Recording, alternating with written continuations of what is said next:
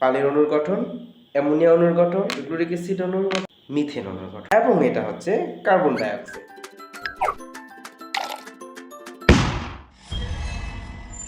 আজকে আমরা 5টি অণুর গঠন দেখব, ঠিক আছে?